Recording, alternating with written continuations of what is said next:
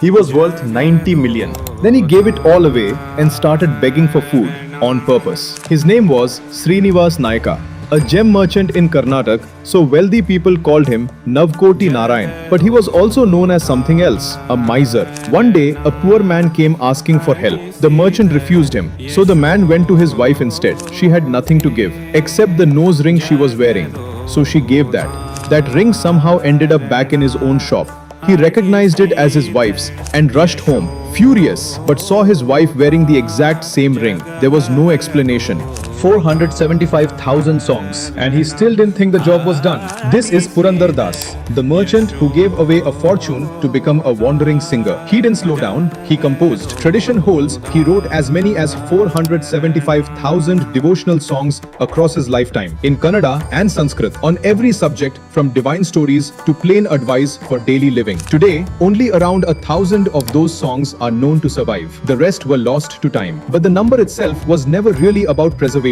It was about the sheer scale of the attempt. Here's the part that gets wild. His original goal wasn't 475,000, it was 500,000. He was 25,000 songs short and running out of time. So, he asked his son to finish the remaining 25,000. His son's answer? He'd do it in his next life. Tradition holds that promise was kept. Vijaya Das, born later, is said to have completed the remaining 25,000 songs. If you're sitting on an unfinished body of work and feeling behind, Purandara Das didn't finish his either. The goal was never to hit the number in one lifetime. It was to keep producing until the number stopped being the point. 475,000 songs need some kind of system behind them. What he built next is the part musicians are still using. 500 years later, he had the king's own guru backing him, and he used that access to challenge one of the deepest hierarchies in his society. By now, Purandara Das had a teacher, the sage Vyasatirtha. Vyasatirtha wasn't just any guru, he was the Rajaguru, the royal teacher to the emperor Krishna Adevaraya himself.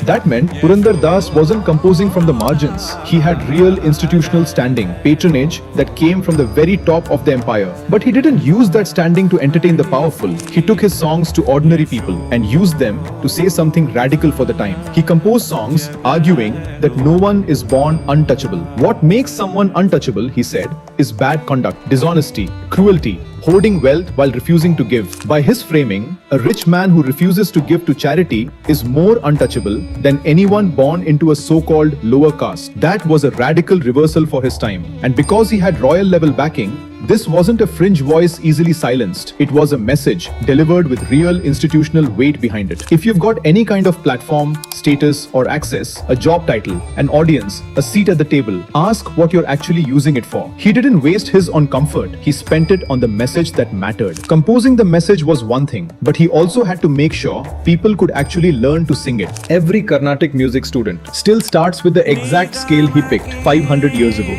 By now, Purandara Das wasn't just composing, he was teaching. And teaching an entire art form from scratch meant something had to come first. Where do beginners even start? He's credited with structuring the actual graded exercises beginners use to this day. Drills called Swaravali, Jantaswara and Alankara. Step-by-step building block practice long before curriculum design was a phrase. And here's the detail that should stop you. He's also credited with selecting the very first scale every beginner learns, a raga called Maya Malavagoda. Students still learn that exact scale first today.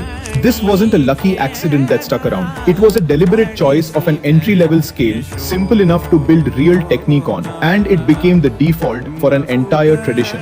One person, a former gem merchant with zero formal training before his transformation, effectively built the tutorial level for an entire classical art form. This is what separates a great performer from someone who actually builds something that outlives them. He didn't just get good at the art, he engineered how every future person would learn it. If you're serious about your craft, ask yourself, are you only getting better at it, or are you also building something that makes it easier for the next person to learn it too? That's the difference between a skill and a system. He built the curriculum, he composed the songs, but every single one of those songs carried something else, a signature. He signed every single song the same way.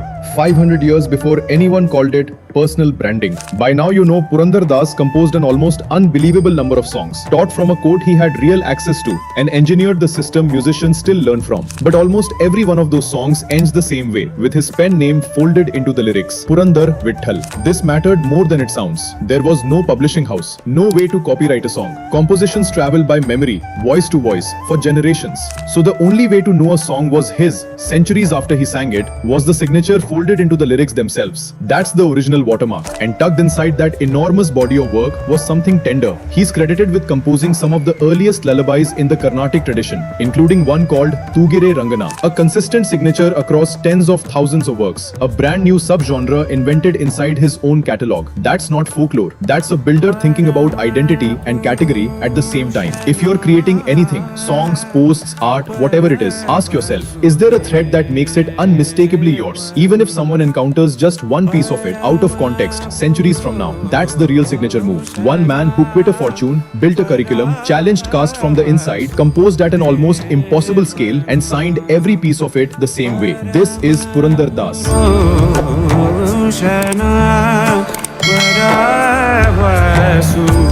Devana